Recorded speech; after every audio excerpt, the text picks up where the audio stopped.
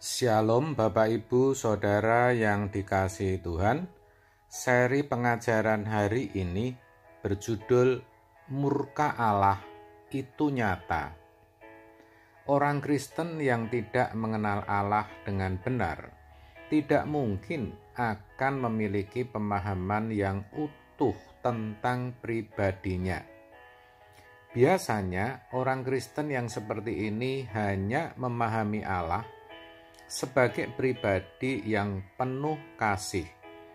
Begitu fokusnya akan sifat atau hakikat Allah yang Maha Kasih ini, sehingga hakikat atau sifat-sifat Allah yang lain seperti kudus atau adil tersingkirkan atau tidak terpikirkan lagi. Ini sungguh keadaan yang sangat membahayakan nasib kekalnya. Tetapi banyak yang tidak menyadari. Padahal Allah itu juga bisa murka untuk menunjukkan keadilannya. Banyak ayat dalam Alkitab yang menyatakan akan hal ini. Dalam Roma 1 ayat 18 dikatakan, sebab murka Allah nyata dari surga atas segala kefasikan dan kelaliman manusia yang menindas kebenaran dengan kelaliman. Dikatakan sebab murka Allah nyata. Itu berarti Allah itu juga bisa murka. Jangan berpikir bahwa Allah yang Maha Kasih itu tidak bisa murka. Bisa, saudara. Allah akan murka ketika melihat kefasikan dan kelaliman manusia. Ketika kefasikan atau kelaliman itu menindas kebenaran. Saudara, kefasikan dan kelaliman itu berbicara tentang perbuatan manusia yang jahat, yang menyakiti hati Tuhan, yang tidak sesuai dengan kehendak Allah.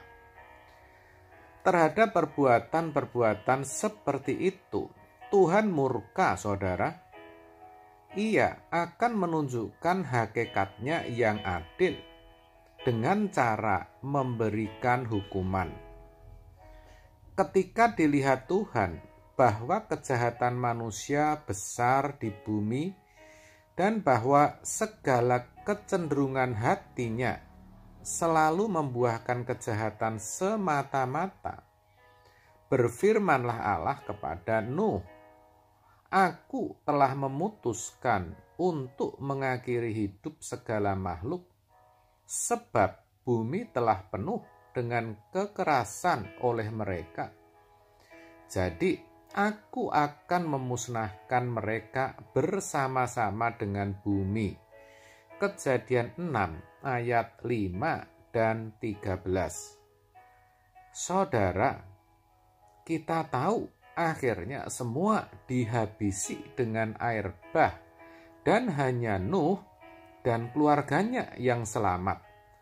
Sungguh mengerikan, bukan?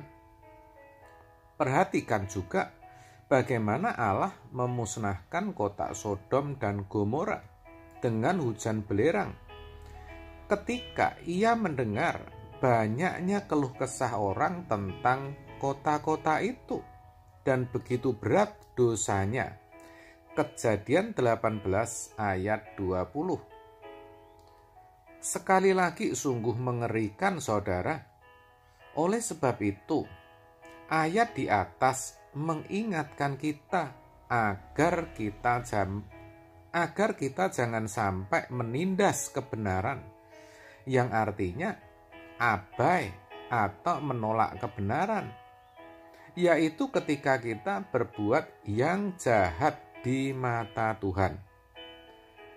Kalau bicara yang jahat di mata Tuhan, jangan saudara berpikir kalau seseorang itu membunuh, mencuri, berzina, atau melakukan kejahatan yang kelihatan mata.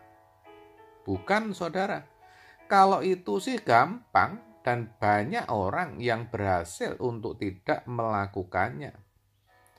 Tetapi yang dimaksud jahat di mata Tuhan adalah ketika kita meleset atau tidak sepikiran dan seperasaan dengan Allah. Dan itu tidak tampak.